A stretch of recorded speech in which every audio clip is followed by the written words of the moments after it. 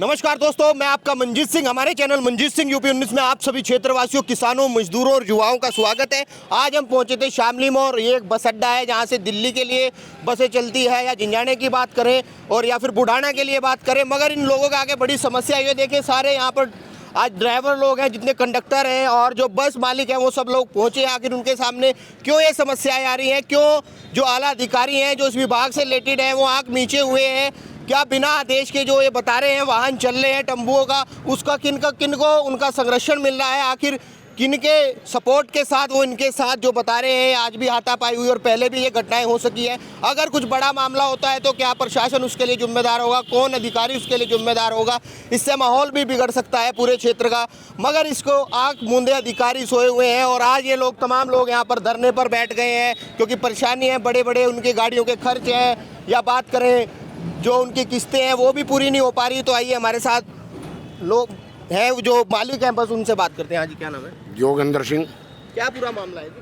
पूरा मामला ये है जी, ये जो टेम्पो है ये अवैध चल रहे हैं, हमारे रूट पे चल रहे हैं, जबकि ना हमारे रूट पे चलने का अधिकार नहीं है। हम टैक्स देते हैं 7300 रुपये महीना, हमारा खर्चा किस्तों पे गाड़ी है। कब से चल रही है ये तो गाड़ी चल रही है बहुत पुरानी। अब ये नई योजना, ये अध्यक्ष जी है ग्रामीण योजना के जितेंद्र सिंह बोला जी, तो हम टेम्पो से बड़े परेशान हो चुके हैं। कब से चल रहे जो आप बता रहे, जो आपके सामने परेशानी ये कई बार परेशानी साल भर हो लिया। हम इनकी सारे को आरटीओ को, डीएम को, एसपी को, सब जगह इनकी एप्लीकेशन दिया है। हम इससे बहुत परेशान हो रहे हैं, हमारा टैक्स नहीं पूरा हो रहा है। और दूसरी बात, इनके परमिट है नगर पालिका के क्षेत्र में, हमने उन्हें भी अवगत करा दिया। और अब देखो कहीं भी जिला मुख्यालय पर तो ये जाते नहीं, जहाँ इनको जाना चाहिए वहाँ तो सवारी परेशान है आदमी।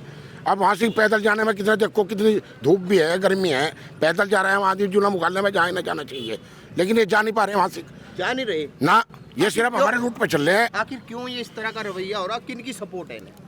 सपोर्ट इसमें एक विवेक प्रेमी है जो शामली शहर में है, वो टेम्पू लेकर आया, इन्हें हमारे स्टाफ के साथ मारपीट की गई और यही टेम्पू लेकर आया गया।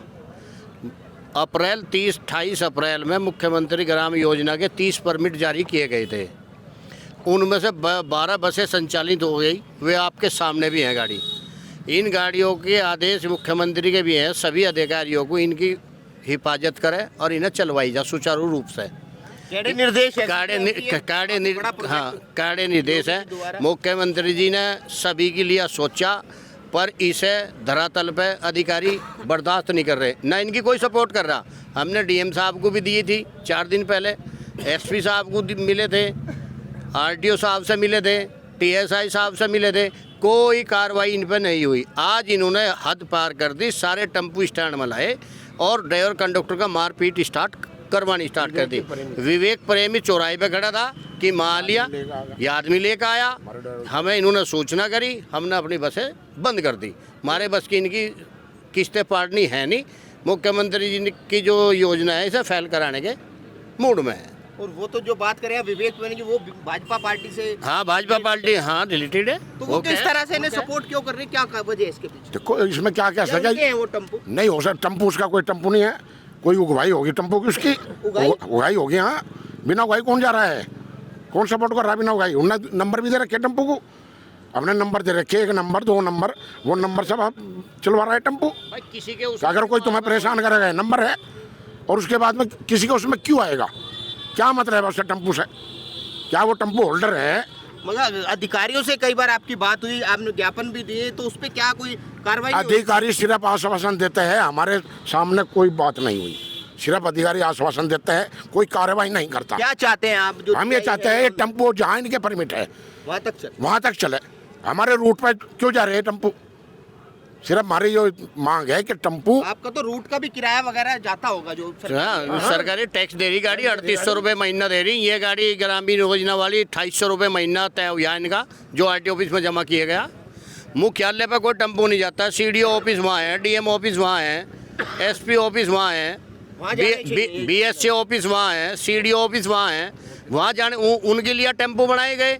गरीब आदमी कहीं में जाएगा, गरीब आदमी तो पैदल ही जाना मुश्किल हो गया। 6 किलोमीटर मुख्यालय है यहाँ से, ये नहीं जा रहे, वहाँ जाने जाने तक जाते हैं। वे झिंझाना बिडोली तक ये तो दूसरे स्टेट तक जाने की कोशिश करते हैं। उसमें तो 3-4 सवारियां लगभग रहती हैं, तो इससे कैसे काम चलता है उनका? नहीं सवारी ये तो कम से कम 10-10 15-15 सवारी बिठावे, मतलब जी 10-10 15-15 सवारी बिठाते हैं और एक्सीडेंट भी काफ़ी हो लिए, इस पर प्रशासन का ध्यान नहीं है। अच्छा, टीआई की बात करें, आरटीओ सड़क पर रहते हैं, चालान भी होते हैं बड़ी बड़ी गाड़ियों के, आखिर यहाँ से आग क्यों नीचे हुए हैं? मंजीत भाई जरा पीछे हट जियो। मुख्यमंत्री ग्रामीण बस योजना ये खड़ी हो गई यहाँ पे। मुख्यमंत्री जी ने एक योजना जो ग्रामीण अंचल के गांव हैं उनके लिए शुरुआत करी थी।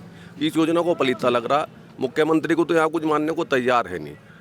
एक स्पष्ट शासन आदेश है इनके लिए कि नगर पालिका परिषद की परिसीमा में जो विजय चौक से ले गया और लावण्य होटल पे ख़त्म होती है, उसके बाद फिर दूसरी परिसीमा, ये अपने रूट को क्रॉस कर रहे वो हैं। मान गए, मैं ये बात दूसरी कह रहे हैं बात। कि जो अधिकारी हैं इनसे रिलेटेड, अधिकारी की सुन लो, जानकारी नहीं। आरटीओ रोहित राजपूत से यहाँ बैठने के बाद हमने 2 दफ़ा बात करी। जब बात आई कि संचालन बंद है तो उन्होंने कहा मैं 5 मिनट में बात करूँ, उसके बाद तो बात ही नहीं करी। देखो ये नंबर दिखाओ, आरटीओ रोहित क्या राजपूत कहा है उन्होंने, क्या बोला? कि मैं अभी बात कर रहा, फिर उसके बाद हम बार बार क्यों गए? हम तो सिर्फ इसलिए कि एक मोटर मालिक अपनी घर और जमीन गिरवी रखा, और एक मोटर मालिक से संबंध नहीं हमारा।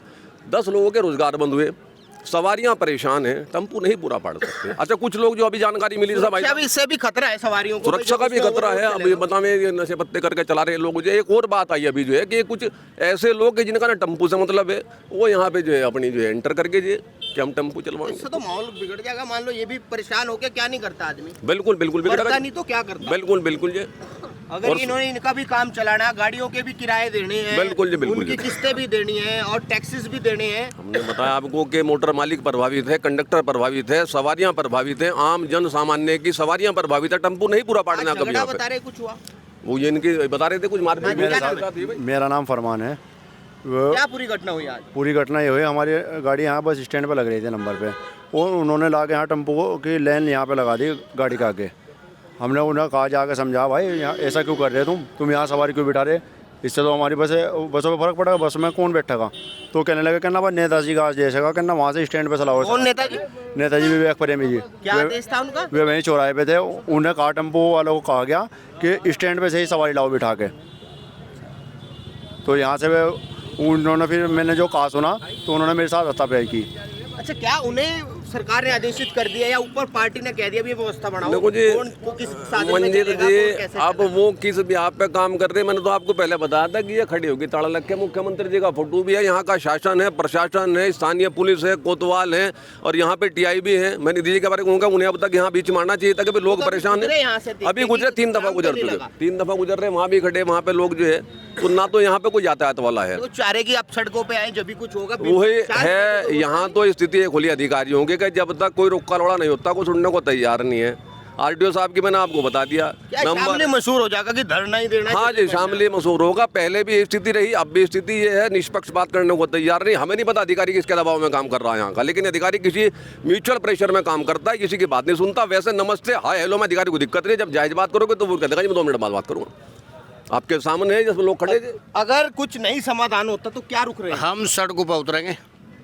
क्या अल्टीमेटम आपने दिया? अल्टीमेट आज अगर इसका समाधान नहीं करते, हम 2 दिन के बाद सड़कों पर पूरा चक्का जाम करेंगे पूरे जिले का। हम सभी रूटों पर अपनी बसें संचालन बंद कर देंगे। चलिए एक बार देखिए, पीछे कैमरामैन दिखाए, थोड़ा हटिए।